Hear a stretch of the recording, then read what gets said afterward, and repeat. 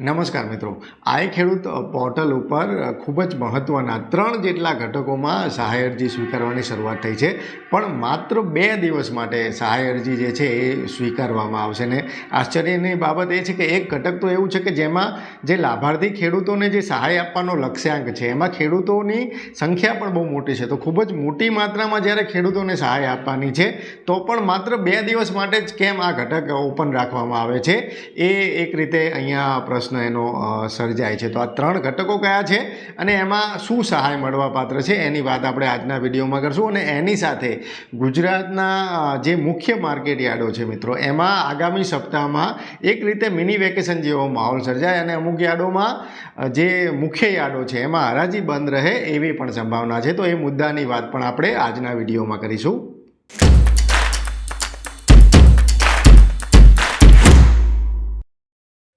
શરૂઆતમાં માર્કેટ યાર્ડોની વાત કરીએ તો મિત્રો 22મી જાન્યુઆરી અને સોમવારના દિવસે અયોધ્યામાં શ્રી રામ મંદિર પ્રાણ પ્રતિષ્ઠા છે. આથી ગુજરાતના ઘણા માર્કેટ યાર્ડોમાં એ દિવસે હરાજીની કામગીરી બંધ રહેશે. અત્યાર સુધી જે માર્કેટ યાર્ડોએ ઓફિશિયલી જાહેરાત કરી છે એમાં મુખ્યત્વે રાજકોટ, ગોંડલ, ઊંઝા, હિંમતનગર, ડીસા, વાંકાનેર, પાટડી, આ બધા યાર્ડો છે કે જેની ઓફિશિયલી જાહેરાત થઈ ગઈ છે. અને બીજા પણ જે યાર્ડો છે એ આજે અથવા કાલે જાહેરાત કરે એવી સંભાવના છે. એટલે જે મુખ્ય માર્કેટ યાર્ડો છે એમાં 22મી તારીખ અને સોમવારે રામ મંદિર પ્રાણ પ્રતિષ્ઠાના કારણે હરાજીની કામગીરી જે છે એ બંધ રહેશે. તો આપનો યાર્ડ આ લિસ્ટમાં છે કે નથી, પણ જો સોમવારે તમારે કૃષિ પેદાશ લઈને વેચવા જવાનું હોય પોતાના યાર્ડમાં તો એક વખત ખરાઈ ચોક્કસ કરી લેજો કે આપનું યાર્ડ ચાલુ છે કે પછી એમાં રજા છે. પછી સોમવારે પ્રાણ પ્રતિષ્ઠાના કારણે મુખ્ય યાર્ડો બંધ રહેશે. પછી 4 દિવસ પછી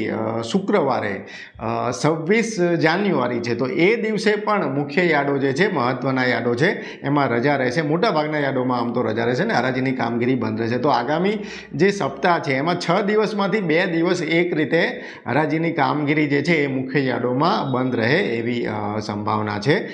તો હવે મિત્રો આપણે જે આઈ ખેડૂત પોર્ટલની વાત કરી એની તમને માહિતી આપું. તો મિત્રો આઈ ખેડૂત પોર્ટલમાં એક દિવસ પહેલાં જે થોડા દિવસ પહેલાં આપણે વિડીયો કર્યો હતો કે અમુક જે ઘટકો છે એમાં માત્ર 1 દિવસ માટે અરજી સ્વીકારવામાં આવે છે. હવે એ સ્થિતિ થોડી સુધરી છે ને હવે અમુક ઘટકોમાં 2 દિવસ માટે સહાય અરજી સ્વીકારવાની શરૂઆત થઈ છે. તો જે આ 3 ઘટકો છે મિત્રો એ બાગાયતના છે. બાગાયતી ખેતીમાં મિની ટ્રેક્ટર એટલે કે 20 HPથી ઓછા જે ટ્રેક્ટર આવે એની ખરીદીમાં હાલ સહાય મેળવવા માટે અરજી સ્વીકારવામાં આવી રહી છે. આજે એટલે કે 19 જાન્યુઆરી 2024 અને આવતીકાલે એટલે કે 20 જાન્યુઆરી 2024 આ 2 દિવસ દરમિયાન ખેડૂતો સહાય મેળવવા માટે અરજી કરી શકશે. ને એમાં જે ખેડૂતોને સહાય છે એ મહત્તમ 45,000 સુધીની આર્થિક જે સહાય છે એ મળવાપાત્ર છે. ને જે લક્ષ્યાંક છે મિત્રો એ પણ મોટો છે. જે ટોટલ લક્ષ્યાંક આપણે જોઈએ તો 3,500થી વધુ ખેડૂતોને મિની ટ્રેક્ટરની ખરીદીમાં સહાય આપવાનો લક્ષ્યાંક છે. તો અહીંયા લક્ષ્યાંક મોટો હોવા છતાં માત્ર 2 દિવસ માટે આ ખેડૂત પોર્ટલને ઓપન કરવામાં આવ્યું છે. એ કેમ કરવામાં આવ્યું છે ફરી એક વખત એના ઉપર પ્રશ્ન સર્જાયો છે. જે બીજી જે મહત્ત્વની જે સહાય છે મિત્રો એ ટ્રેક્ટર ઓપરેટેડ જે સ્પ્રેયર આવે, જે મિની ટ્રેક્ટરની પાછળ લગાવી અને જેમાં સ્પ્રે કરવાનો આવે, ખાસ કરીને બાગાયતી ખેતીમાં એનો વ્યાપક પ્રમાણમાં ઉપયોગ થાય છે.